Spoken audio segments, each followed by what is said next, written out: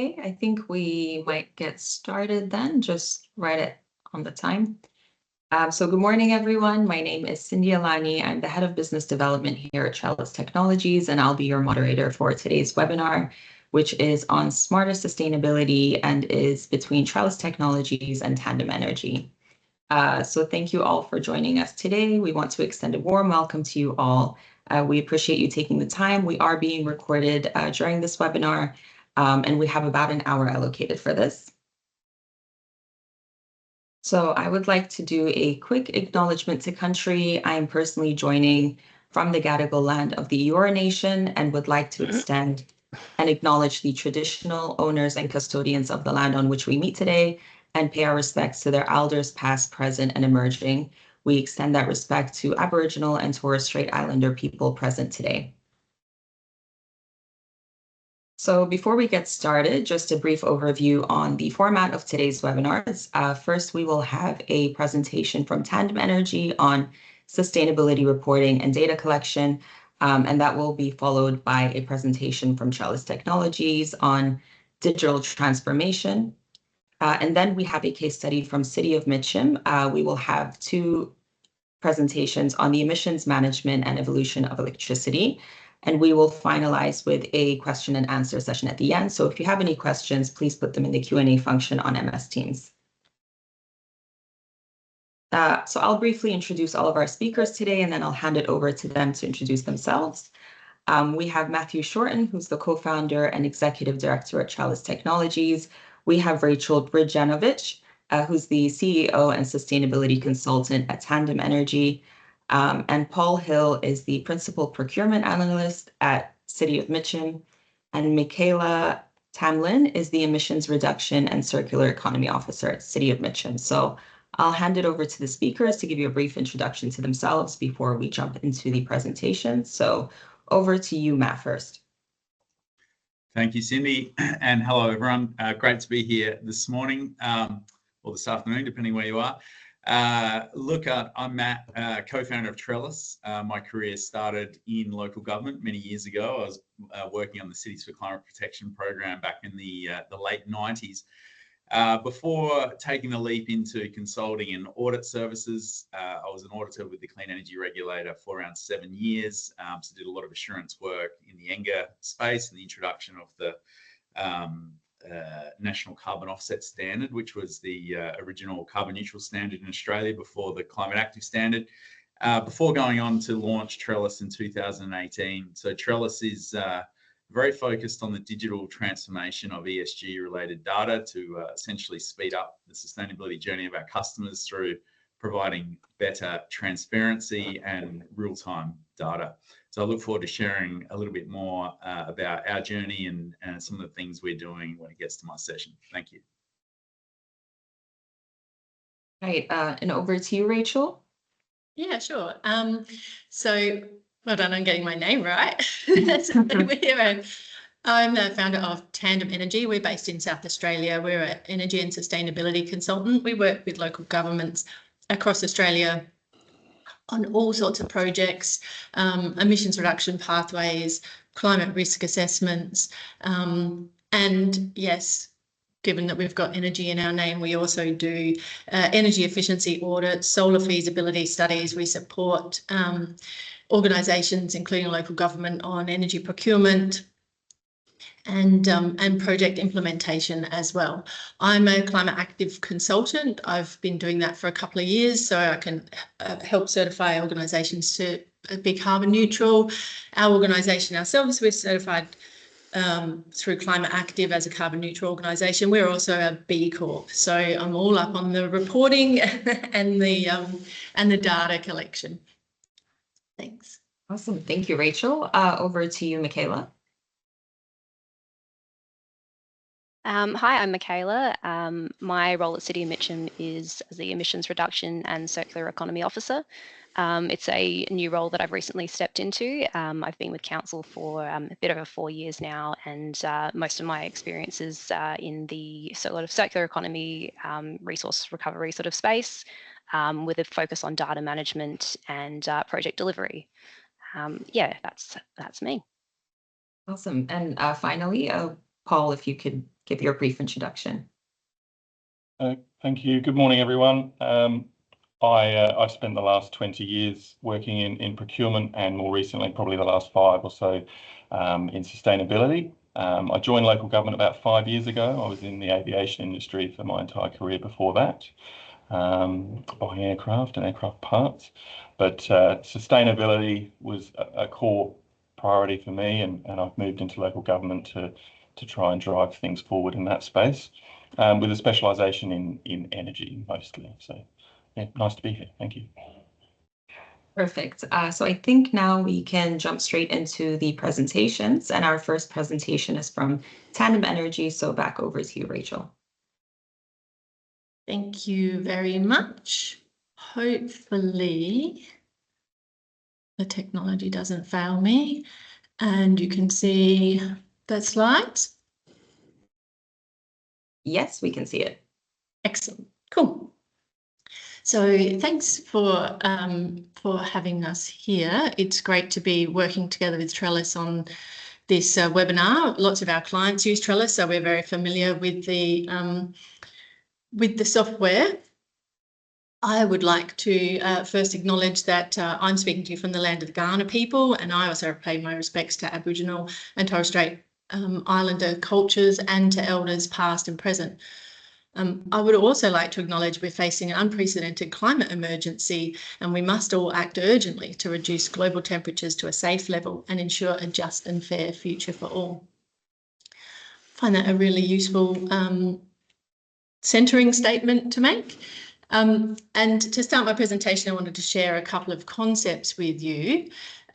This first one you should be pretty familiar with. We're talking about data management, and that's simply that you can't manage what you don't measure in the world of emissions reduction and energy efficiency. This is something that we say a lot.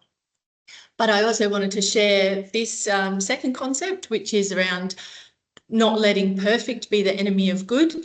And that's this double-edged sword that we have. So a structured approach to your sustainability program is going to yield good outcomes, but the reality is that the scale and the complexity of the climate emergency that we're facing is such that we can't really wait until we have all the answers, till we've got the perfect amount of data, until we know exactly the best action to take. So we have to be doing what is the best thing available, and we need to be doing it now. So because I'm kind of talking about longer term strategies and data management, I wanted to bring that up to say that you need to be doing that as well as the short term things. So, you know, keep planting your trees and upgrading your lights while you're working on your data strategy. And I guess that the reason why that becomes a longer term strategy is because data management can be actually quite complex. It feels like it shouldn't be, you know, we've got these custom softwares, we've got AI, we've got all of the things. But the reason I find that data management is a challenge, we see it all the time in councils. We ask them, we send them a report, 6 weeks later, they go, oh, can you send me that again? I can't find it. And part of the reason I see is really because we tend to consider data management a technical issue, but really it's a, just like emissions reduction itself, it's a cultural or behavioural issue rather than just a technical issue. If it's never been a focus of your organisation to collect data, update it, and simply just use it in your decision making, it's not going to magically happen because you think it is. It obviously is important, and as predominantly local government here and other businesses, you're already reporting on all sorts of other metrics, typically financial. We're here to talk specifically about emissions and energy. A lot of councils may not be reporting on those at the moment, but I'm pretty sure you won't be able to avoid it for very long. You would have heard about the mandatory reporting standard for Australian businesses that has come in this year and is going to be staggered over the next couple of years. Local governments aren't there, but if you're breathing a sigh of relief, I wouldn't actually let it out just yet, because I'm pretty sure that sooner rather than later you're going to be required to report. This is my super high-tech little diagram. So local government, you're not required to report. Under mandatory reporting, you may have requirements from your chamber. Some Victorian local, there's some reporting on local Victorian governments. Businesses over $500 million turnover and a few other criteria are required to report now. Next year, 200 million, 50 million. Businesses under 50 are not required, will not be required to report at the moment under the legislation, except, of course, to the extent where they form part of the supply chain of larger businesses, which is probably most of them. Commonwealth agencies, they're also required to report at the moment. And that's also in a staged process. And we've got state agencies also obliged to report on their climate performance in certain key states and coming in the other states. So when we look at our pie chart of all of the kind of organisations that there are, you guys are looking pretty alone there in terms of who is not required to report just now. So it's definitely worth thinking about these obligations and thinking about your data strategies and how they might go together. So what is it, when we talk about climate reporting, what is it that all of these organisations are required to report, and what is it that local government might want to start to think about or continue to think about? This diagram is sort of the accepted representation showing the integrated nature of the different tiers of the climate reporting that we're looking at. So overarchingly, people are expected to disclose their governance, how they're overseeing climate-related risks and opportunities, how they're integrating them into business strategy. As far as strategy goes, they are required to look at how climate-related risks are going to affect their business model, financial performance, and they're also required to conduct climate resilience assessments against at least 2 future climate scenarios. One of which is less than 1.5 degrees, which we probably already hit, and one which is greater than 2 degrees. In risk management, they're required to disclose their processes for identifying, assessing, managing climate-related risks, as well as what those risks themselves are. And then lastly, in the metrics and targets, which is kind of the nuts and bolts, I suppose, this is where you're required to disclose their greenhouse gas emissions across scopes 1, 2 and 3. So, and also track any progress towards climate-related targets. So that's a pretty comprehensive set of disclosures or reporting that that entities are required to make, and that you guys are probably going to be obligated to make in the future. So I wanted to talk a little bit first about the easiest one, the metrics and targets. So thinking about greenhouse gas emissions, super busy slide here. Sorry, you don't really need to know. It's just there to keep your eyes busy while I'm talking. I'm not going to run through what we mean by scope 1, scope 2, scope 3. Most organisations are now required to report across all 3 of those. So it's a somewhat arbitrary separation now. You might find it easier to sort your emissions into different categories, and that's really fine. And the thing about smarter sustainability and data management is that you really want to reduce the amount of times that you have to handle data. So, for example, I've got a client who has to report 4 different times. They're a public-private partnership, so they have to report to the state government. They're a health organisation, so they've got health reporting obligations. They've got investors, and they report through GRESB as well. So some of the data when we started to look at them was different through those because they were getting it from different sources. So that's you really want to try and avoid those sorts of situations. Wanted to talk about some particular examples. Energy, electricity, we're going to hear obviously more in the case studies about this, but if you're obligated to report your emissions from electricity, how are you going to do that? You're going to have to get your electricity bills from all of your sites, tally them all up, tally up your electricity usage so that you can understand what that is. How are you going to store that data? Well, we're going to hear about Trellis in a sec, but, you know, hopefully you're not just writing it down on a piece of paper and putting the total in your thing and then moving on. Hopefully you're thinking about, you know, is it spreadsheets? Is it software? Is it our accounting software? How are we recording these things? And how are they going to be accessible to everyone? One of our clients the CFO had every single bit of data you could ever want. He had spreadsheets for 15 years recording everything in his personal OneDrive. So no one could actually access it without asking him. So making sure that data is accessible is also a key thing to do. But while we're looking at that electricity data, what else can you do with it? Thinking with the sustainability hat on. Can you compare similar sites? You know, if these two sites are both sporting ovals, do they have similar amounts of energy use? What's different between them? Why? Which sites use more in winter? Which sites use more in summer? So the data is there not to just collect and use a total, but it tells a story, and taking the time to understand that story as you collect the data is smarter sustainability. Another example perhaps is business travel. If you've got travel software, that's great. You can get that data out, maybe out of your accounting software. Maybe, heaven forbid, you have to actually ask everyone, hey, what flights did you take last year? Where did you go? What did you do? But again, once you've got that data, it's not just a number. There's a story behind it. Who's traveling? Where are they traveling? Why are they traveling? What are the alternate ways that we can travel that don't have as much emissions related to them? So understanding and trying to tell those stories is a really important part of the sustainability story. The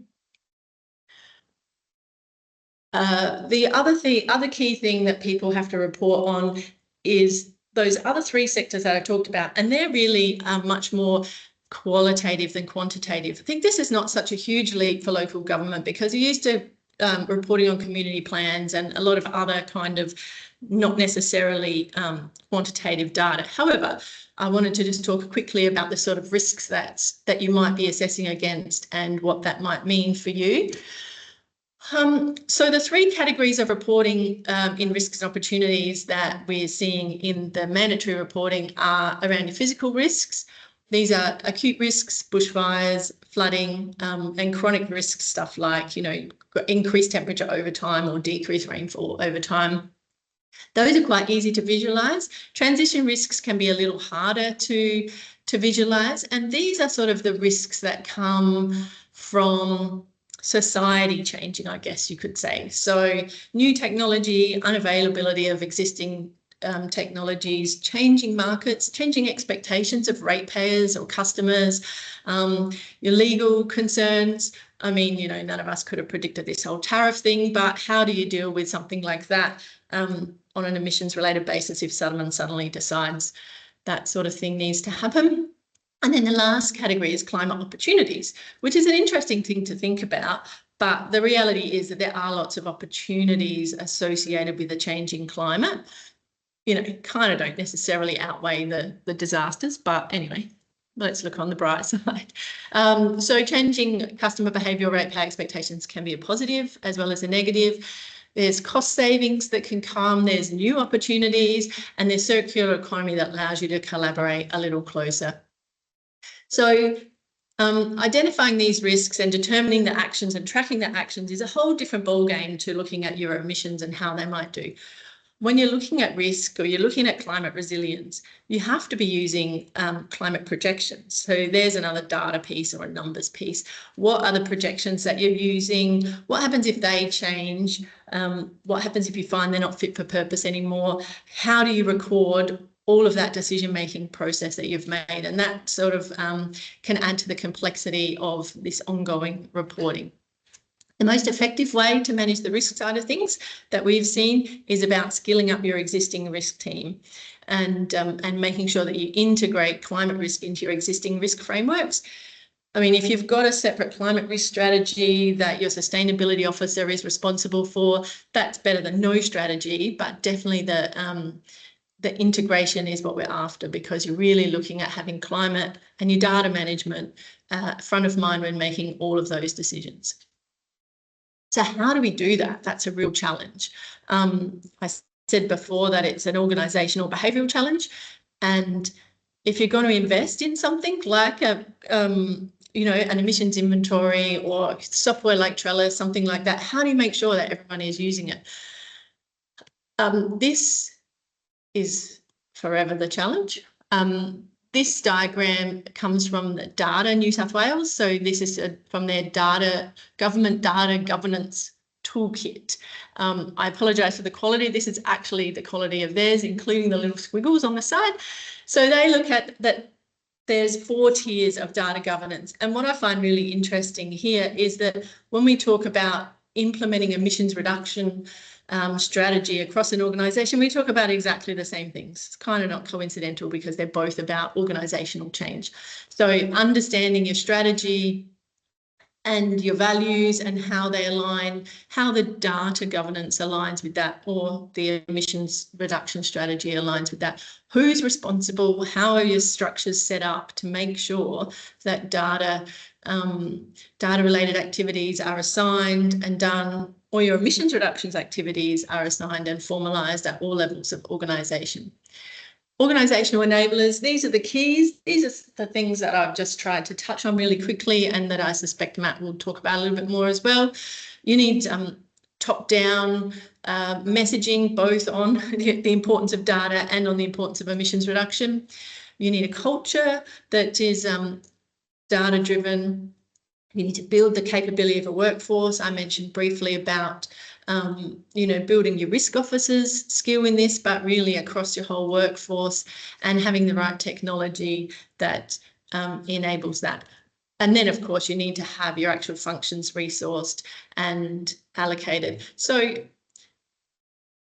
I guess the point that I'm trying to make across all of this is that planning, structure, planning for an organisational change is the only way that we're really going to get really solid data management and emissions reduction and sustainability. It takes time and thought and resources, and so we need to do those, but we also need to act now as quickly as we can. And that's it for me. Thank you. Thank you, Rachel. I think we can jump into our second presentation from Trellis. So over to you, Matt. Great. Thank you, Cindy. Thank you, Rachel. I will just share my screen and hopefully everyone can see that okay. Excellent. Yes. All right. Yes. So, look, thank you so much for that, Rachel. I think that was a really good summation of sort of the state of play and some of those key considerations, particularly around the cultural issue. That data-driven culture, I think, is so fundamental to this transition into more of a digital approach to the data capture, mechanisms and approaches to it. We have many different clients at different levels of sophistication and cultural alignment around that. And it's fascinating to see the differences that can be achieved through making sure everyone's rowing in the same direction. So really appreciate that. I think, following on what I'll talk about, I think it'll be a really nice segue into Michaela and Paul's section as well. So we'll increasingly get into the detail and some of that sort of practical application of things. So, look, for my 15 minutes or so, I will be covering a couple of things fairly broadly, but there's certainly the opportunity to delve into some detail along the way. But mainly we'll be talking a bit about, the sustainability challenge and the opportunity, particularly with a technology lens.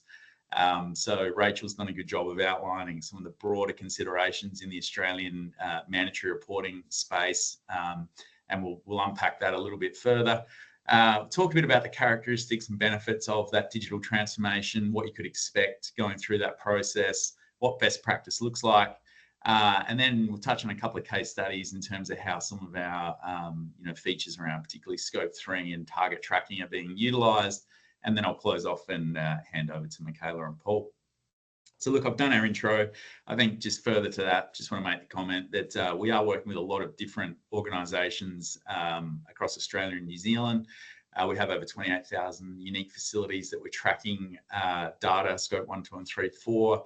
So there's a lot of scale in our back-end machine learning AI data sets and translation mechanisms, working with over 80 government customers. So certainly as we're seeing this sort of real magnifying glass on, I suppose, the corporate world, the private sector and public entities in the ASX, we are certainly seeing that shift in local government attention to this. And there's a couple of really good elements that are very important to that. And 1,200 data connectors. So what I mean by that is different suppliers of our customers that are providing products or services that we're able to process, validate, interpret their data from an activity perspective. So where we've been, I'm sure this one's familiar to you all. You know, there's typically a whole lot of standards and legislation and what have you out there. And the job of the ESG manager is typically focused on gathering data. So it's typically, you know, relying on a fairly good skill set around Excel and communication. And really what we're seeing is with the introduction of new legislation and a greater focus on governance and risk management and metrics and targets and what have you, we are seeing that shift away from that, you know, typically isolated spreadsheet-based reporting that Rachel articulated. So what's driving it is a whole lot of things, and obviously the ability to capture more real-time data to make change incrementally throughout the year is a key fundamental pillar. But this governance piece is certainly, you know, flowing through very strongly. And what we've seen in the AASB S2 standard, which came into effect in January this year, was originally a strong focus on executive remuneration linked to performance around climate-related matters, which for many of us, I think, was a point of celebration. It's probably something we've all battled with for you know, a long time to get that sort of buy-in from senior executive level staff. Unfortunately, it was a little bit watered down, so it still does require responsibility. You need to have a clear delineation of who is responsible for the implementation and maintenance of your approach to this. But nevertheless, it is still there. So even though it's been watered down from that remuneration linkage, it still exists, and responsibility needs to be very clear. Now, given that the mandatory reporting frameworks under AASB S2 is not relevant to local government at this point, I just thought I'd make this comment here that if you look at the ASIC draft regulatory guide around this, you will see a comment in there related to the public sector and other agencies will report under a variation of the sustainability standards. So we have seen at the international level some drafting of public sector accounting standards related to climate-related disclosures. So you know, we share Rachel's view that whilst it's not absolutely required today from a legislative standpoint, we do expect it in the near future to be, you know, coming into the Australian economy. And I know there's been a lot of work that the LGAs and various other entities have, you know, looked at to track that. And you know, let's see where that gets to in the next year or two.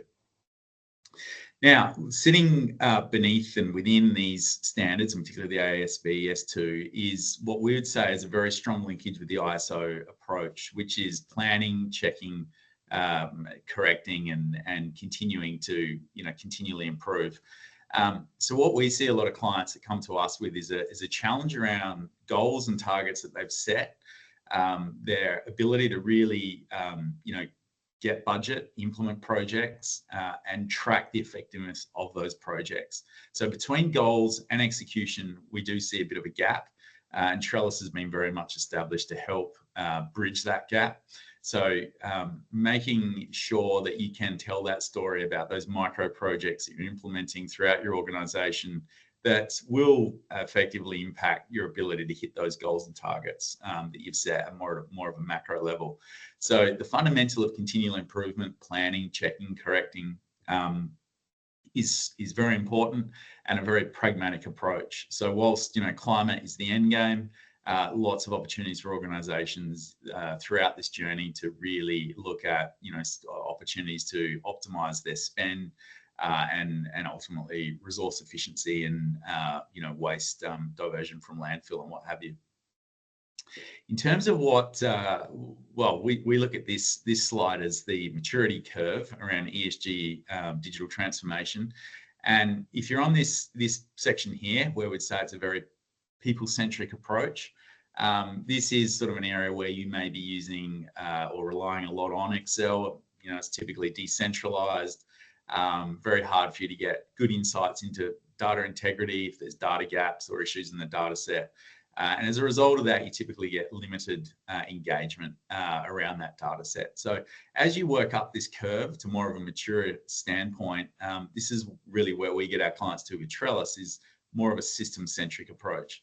So that is looking at really that high automation of data capture. So identifying those points of data, looking at ways to intercept that in an automatic way, so there's no manual transcription or manual handling or minimal transcription or handling, enabling scalability in the data set, driving higher interaction, targeted insights, predictive analytics, and all sorts of things like that that will drive better, more regular, accurate information that you can make decisions of throughout the year. So it's no longer a July to October period of going, how did we go last year? It's more of a how are we going week to week, month to month, quarter to quarter, year to year. Some points that Rachel mentioned, which I think are worth noting, is around data security. So we're seeing a strong demand for more and more security around these data sets, and some of them are quite significant, and there is a lot of value there, once it's organised to drive value, not just in emissions and climate-related matters, but also financial performance, as I mentioned. We are also seeing a strong trending towards data warehousing, data lakes, and we are certainly exposing our data sets back into those broader data pools so that organizations can extract and run their own reporting through other enterprise dashboard systems.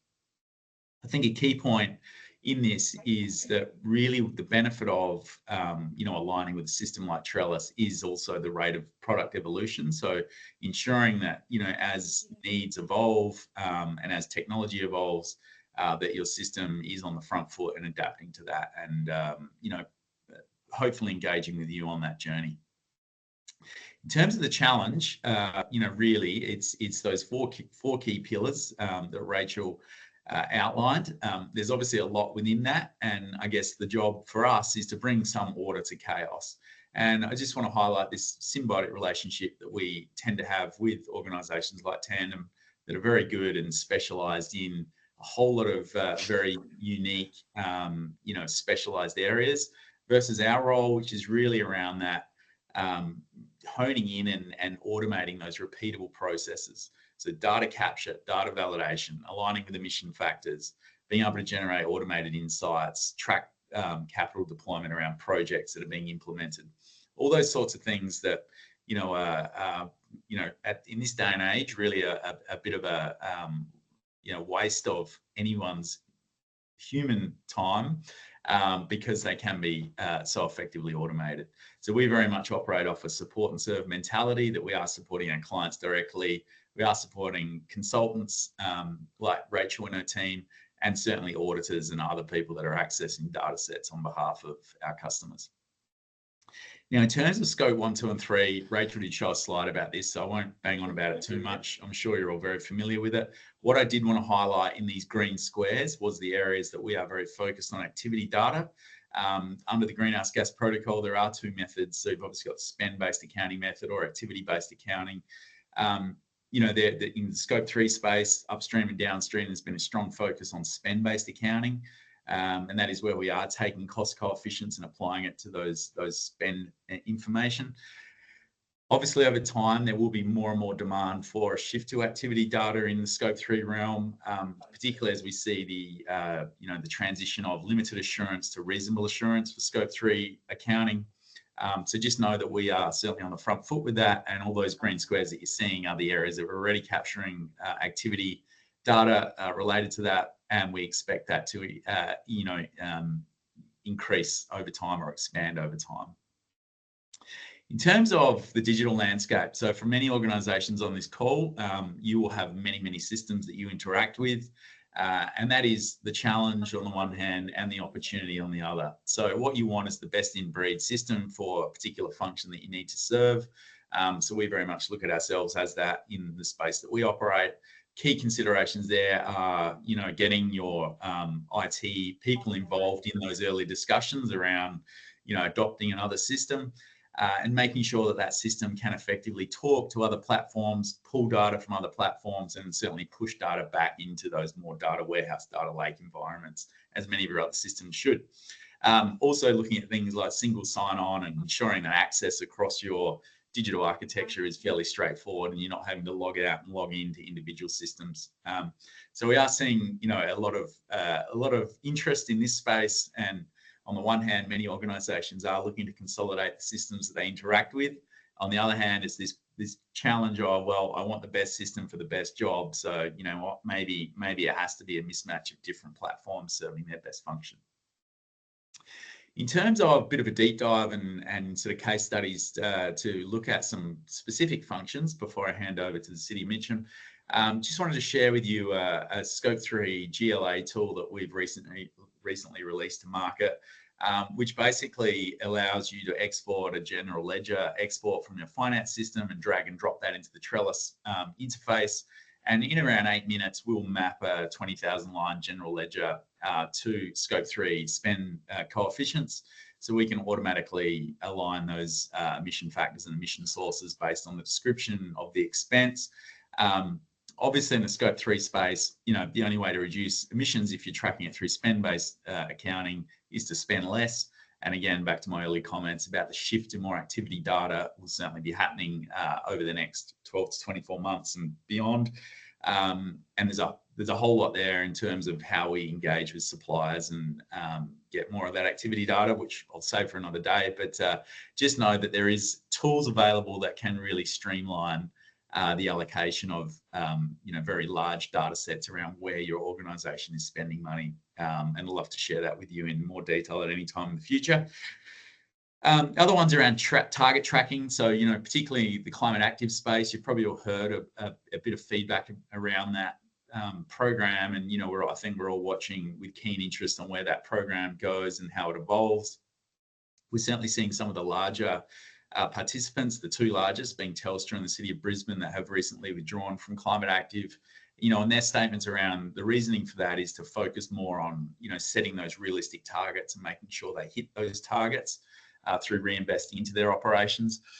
So target tracking, wherever you are on this journey, is obviously very important. So we do have a lot of tooling around those forecasts, setting future emission targets across different scopes and resources, and ensuring that you can set up and you know, track project effectiveness for our contribution to those targets. So this is typically where we get, you know, the experts like Tandem Energy that are generating those detailed cost benefit analyses of different projects that can be entered into the platform and track against your actual data, you know, for effectiveness today and into the future. So just to summarize, I suppose focusing a bit on the risk piece with a system, you know, like Trellis, you know, some of the areas here that I've outlined in terms of some risk areas that you might want to think about, and certainly how we can mitigate it. And I won't go through them individually, but I think you know, they are fairly obvious, but are very focused around, you know, those governance pieces effectively and efficiency. So just to close off from my end, you know, I think the thing to consider here is, and what we're seeing in the standards and the legislation and everything that Rachel's already spoken about, is the fact that this is no longer just an ESG manager issue in isolation. The opportunity and risk is that the broader stakeholder group isn't brought along on this journey, and that will impede your ability to capture data effectively and efficiently and set up automation, but it'll also affect your ability to hit your targets and comply with the various standards and legislation. So it is a broader team focus that will serve you well. The second point here is it's not a user interface issue either. So we don't see this as a dashboarding problem. For any organisation out there, you know, there are many systems that you can spin up good reports or visuals out of. It's a systems and data issue. And organisations like Trellis, you know, 70–80% of our effort is in data processing, high volume, high accuracy and speed. And the third thing I'll say is there are multiple tangible benefits from implementing a system of data governance, and that is effectively what we're talking about. And again, back to some of those comments that Rachel made about that culture, and data-driven culture is super important. So thanks for having me and spending the time listening to my session. I look forward to any questions, and I will stop sharing before I hand over to Michaela from the City of Mitcham. Just share my slides.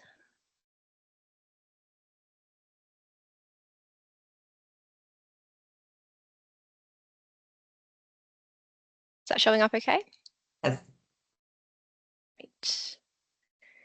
Before I jump into how I've been working with Trellis recently, I just wanted to give everyone in the audience a bit of context about the City of Mitcham, particularly if you're from interstate and you maybe aren't familiar with us. You can see us on the right there. You can see that we're a Metropolitan Council. We're just south of the Adelaide CBD. As much as we are a Metro Council, we are a kind of bit of a mixture of urban and semi-rural areas. And I really just wanted to highlight a bit of this information because I think that it adds some important context for the kind of council that we are and the sort of emissions profile that we manage. As you can see, one of our best assets is our number of reserves and our amount of open space. We have quite a lot of staff as a result of the area that we cover. I think this all leads into, it just helps to understand the kind of data that we are managing as a result of these sort of aspects of our council. And what that really means is that we have just a lot of data to deal with. This screenshot that you can see on the right here is just straight out of Trellis. It shows the spread of our sites and meters across our council area. As you can see, that's a lot to manage. And I went on a little bit of a deep dive, had a look at one of our recent fuel invoices, and it was 22 pages of transactions, which I think really summarizes what we've been talking about and what Matt said about the mammoth task that comes with managing this kind of data on a manual sort of scale. As much as I love a good spreadsheet like anyone else here, I'm sure there are unfortunately limitations, that even a spreadsheet can't help us with. So I think what I've been aware of since being in this role is that if I was to be manually entering data at this scale, it would be so ridiculously time consuming and it would really not leave me with much time to actually do anything meaningful with the data that we're collecting, which is the real benefit of having the relationship that we do with Trellis and the agreement that we do. It just frees us up to put our resources to good use and actually make some meaningful change with our data. So we've been engaged with Trellis for quite a while now, prior to my time. So there's a really great reporting setup already in place. The way that works currently is that our contractors and utilities providers, most of them send their data directly to a dedicated email address, and then that forwards straight onto Trellis, and the data is then extracted really efficiently using a PDF reader, which strips out all of that 22 pages of fuel transactions and converts that into scope 1, 2, and 3 emissions. Also summarizes, for example, with the fuel, the literage, and that can be down to the discrete level of which fuel cards are using the most and things like that. But unfortunately, if I go back to my last slide, with that step where the contractors send the data to our email address, little caveat to that is that there is still a real human element there where people need to be sending the data, that needs to be consistent, and there needs to be no errors in that process. And it also, other ways that we've been tripped up there are data getting, intercepted by our council firewall and things like that. So as much as this process is highly automated, it still needs that human element to make sure it's functioning properly. And if it isn't functioning properly, someone needs to do something about it. Unfortunately, we had a staffing gap, and I'm sure this is not an unfamiliar experience for a lot of councils, which meant that before I started in this role, our carbon inventory wasn't managed by a dedicated resource. So over time, that step, while automated, there were some data errors and data gaps that crept in. And as a result, when I started in this role, it was pretty clear straight away that we needed to do a pretty extensive review to just kind of go back through, find any of those issues that had sort of cropped up, and just kind of straighten them all out and make sure that our inventory was as clean and complete as possible. Thankfully, being able to use the tools at our disposal with Trellis has made that process a lot faster, a lot more efficient, and it's just taken out, I think, a lot of the pain that we would have felt dealing with that. So I've put a few screenshots on the screen, just of a few different tools in Trellis that have been really helpful for me in this process. I think you can tell based on the graph that I've put on there of our emissions the last couple of years, there was pretty clearly an error in December. It's pretty obvious looking at that graph that something has gone wrong. So it helps me to be able to go into Trellis and just go, okay, something's happened here, and then I can go back and work out what it is that's happened. And Trellis, the team at Trellis is always happy to work with me if I can't figure out what's happened, they usually are really helpful to go back through and work with me on that.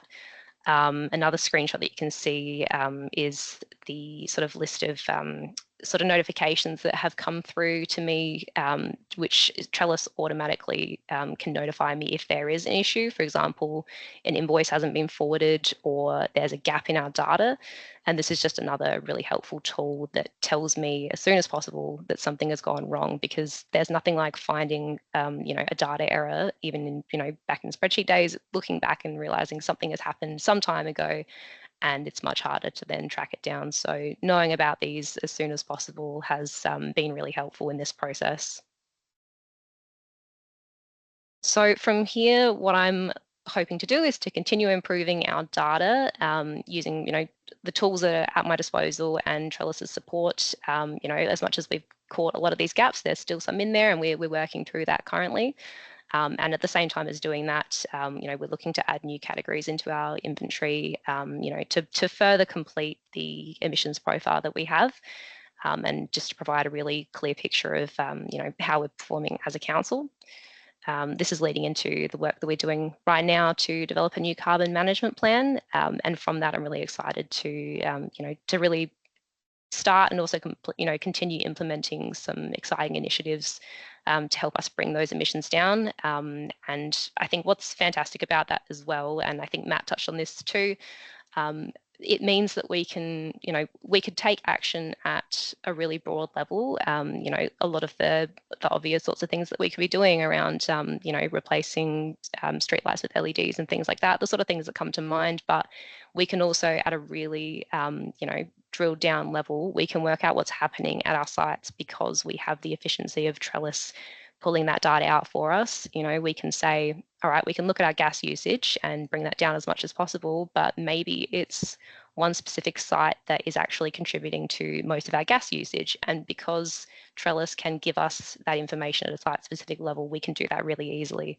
We don't have to, go through millions of different invoices over time and work that out. We have a really clear picture right in front of us. So it's great to be able to target that sort of action at a broad or a, minute kind of level. So just as a quick recap, the things that I'm making best use of with Trellis currently is by taking advantage of the tools and collaboration opportunities that are available to me to improve the data that we have. And as a result, that's been really, really helpful in allowing me to focus on taking action at a really broad, but also more specific level. And now I'm looking forward to handing over to Paul to tell you how he's been using Trellis from a contract management perspective. Thanks, Michaela. Cindy, just while I bring up my slides, how many minutes have we got left before we need to leave room for questions? You have about a good 7-8 minutes. I think you should be fine. Yeah. Okay. I just need to restart PowerPoint. It's crashed. 1 second. And again, if anyone has any questions about any of the presentations, please put them in the Q&A function and we'll try to get to them at the end.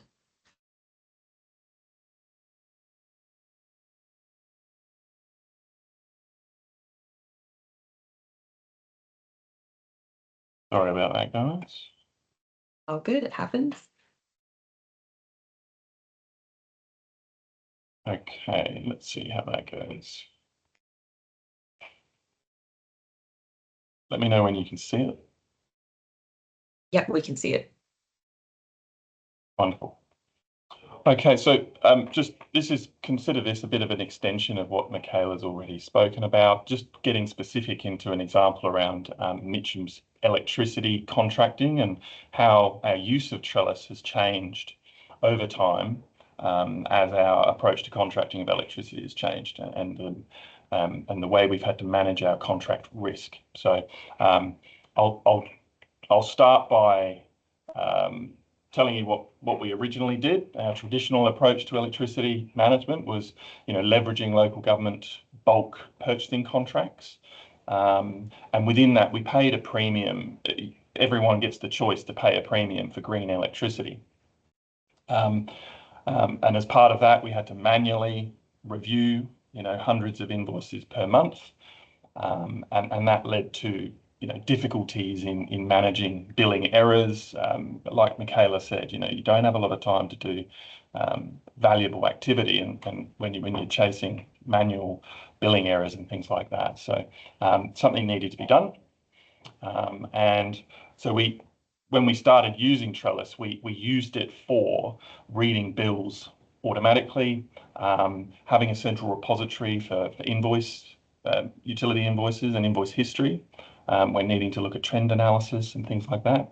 We used a contract vetting tool. So Trellis automatically, when reading our invoices, vets the prices on those invoices against our contract, and came up and then spits out an exceptions report when something doesn't match. So that helps us with those billing errors and keeping our retailers honest, because as much as you might like to think retailers get things right, they definitely don't always. So it's really important to keep them honest. And yeah, you can see there's a few other things that we did. I'll mention specifically on charging at tenants. We have two sort of groups of tenants at Mitcham. One's where we pay the electricity bill, council pays it, and on charges, and then other tenants that have their own electricity retail account and pay their own bill. So we have to administrate that on charging process, and Trellis is a useful tool for that. But our latest approach to electricity contracting has been quite different to that traditional approach that I spoke about. I'm really glad Rachel mentioned that Drucker comment that you can't manage what you don't measure. Because when we set out to change to look at alternatives for electricity contracting, we realised our data really needed a refresh, and specific to electricity, Michaela talked about other data getting updated, but specific to electricity, we did a full utilities audit and updated all of our metering information in a central database, took photos of meters, meter numbers. It was quite significant, and that enabled us, that equipped us with a great amount of data, coupled with the data and the history in Trellis, to confidently go out to market with different approaches to procurement for electricity. And in the end, we ended up contracting 100% green energy using panels and batteries on our own buildings. And you can see from the infographic there, we're looking to install over 2 megawatts of solar capacity and 4 megawatt hours of batteries on council-owned buildings, with a view to sharing that surplus power to power our streetlights, essentially, via a virtual power plant. So it's a fascinating, innovative project, which I've been very excited and happy to be a part of. And of course, one of the challenges with sustainability projects is improving sustainability whilst improving your bottom line. They don't often go hand in hand, and this project certainly has, and it is expected to deliver anywhere between 10 to 15% savings on our operating budget for electricity, which is a great outcome. So our role, or the role rather, of Trellis has changed and has had to change from that traditional approach to the more recent green energy plan that we've called it approach. As I said, we use Trellis for contract price vetting, consumption analysis, and managing issues. But the green energy plan has flipped the type of risks that we have to manage. It's primarily now a consumption risk, not a price risk. We have a fixed price contract for 10 years now. But we're only allowed to use a certain amount of power from those buildings to ensure that there's a certain amount of power available for everything else. And so we have to manage that. And so Trellis is going to be key to doing that for us. And especially with our tenants that I mentioned and on charging, we need to be able to manage our tenants' consumption, which isn't as straightforward as you might think. we need to be engaging with them on a regular basis to understand what they're consuming over time, and that there's no major surprises that lead to council paying more for its own contract. So just some sort of examples here of what we use Trellis for. Michaela's a bit of a duplicate of what you've already seen before, but this is our total consumption and cost curve, and you know, tracking 1 year to the next, and it looks fairly similar until we got to February and we implemented our solar and battery program, and that's not 100% correct yet. There's more data to go in for February, but it will and has significantly dropped the amount that we are consuming from the grid. So I look forward to seeing how that looks in 6 months' time, once everything's fully implemented. You can see here we use site level consumption monitoring. Our street lights is obviously a major contributor to our consumption per annum, but we do have a few sites like our civic centre and libraries that use a lot of power. But we also have on that list in the top 10, you know, 2 or 3 tenanted sites, and so that's why, you know, that risk needs to be managed that I mentioned before. And then finally, this is just an example. I won't say which site it is because the numbers are there, but you know, we can use these comparison tools over the next few years to monitor how our tenants' energy consumption habits are changing, and that they're aligned to our contract, so that we're not exposed as a council. So Trellis as a contract management tool is essential for us. And then, you know, just finally, just sort of closing this off and leaving time for questions. As we as a council have evolved our use of Trellis, it's been a pleasure to have a versatile tool that, like Trellis, to make those transitions efficient and effective. It has been a lot easier than I thought it would be, and that's a credit to the tool and its versatility.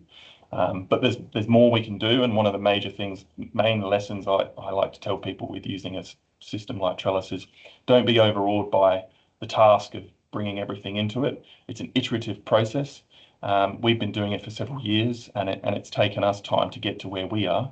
But you know, if we can do it, anyone can do it. So thank you for listening. Amazing. Thank you, Paul and Michaela, for that. I think we can jump straight into a Q&A session. So again, if anyone has any questions, just put them in the Q&A function or in the chat, and we'll get to them now. We did have a question during registration, so we'll start with that one in the few minutes that we have left. It is curious about the management of Scope 3 emissions when using high-level financial data sources. How can we track genuine Scope 3 reductions with high-level data? So I'll direct that to both maybe Matt and Rachel, starting with Matt. Yeah, no, sure. Great question, and a big challenge for anyone who's tracking Scope 3 is using spend-based information. You know, as I mentioned, I think the only way to really reduce is spend less, which isn't always the case. So aside from that is getting better detail around, you know, the actual activities, the services or products that you are procuring, and being able to link that functional unit to your dollar amount. So, you know, and that could be, for example, professional services. You might actually, you know, seek to get better data around the amount that you spend based on an hourly basis. They're charging $120 an hour, $220 an hour, whoever it might be. Being able to multiply that by a more accurate coefficient, you know, than a generic emission factor that's going to roll up every professional service that's out there. So yeah, from my perspective, and love to hear what Rachel's got to say, it's really spending less, but then shifting towards more requesting that functional unit information from the products and services that you're buying. Hope that helps somewhat. Rachel? Yeah, that's what I was going to say. And typically, you know, the spend less is because you're identifying, you know, wastage or whatever. And so you end up consuming less. And so that's a great way, and it will show up in your data. And then the other is potentially you might spend more if you're moving to, you know, a carbon neutral organisation or you know, fully recycled content in something, it may be more. But as Matt said, in those circumstances, you can usually get a better emissions factor and be more specific for that instead of using a generic one. So exactly what Matt said, you'll get better data over time. And sometimes it's the story that you tell as well. So particularly when you look at community level emissions, any of the actions that you take don't necessarily show up in community level emissions because of the amount of assumptions you make, but you can tell the stories of what you're doing as much as the actual data. Wonderful. Thank you, Matt and Rachel, for that. I think we will wrap up here right on time. So if you have any further questions or want to speak to any of the speakers today, feel free to reach out to them directly. We'd love to hear from you. Otherwise, we'll wrap up. Thank you again for joining us. And we will be sending you a recording and all the presentations from today. And we hope to see you in our future webinars. Thank you. Thanks. Yeah.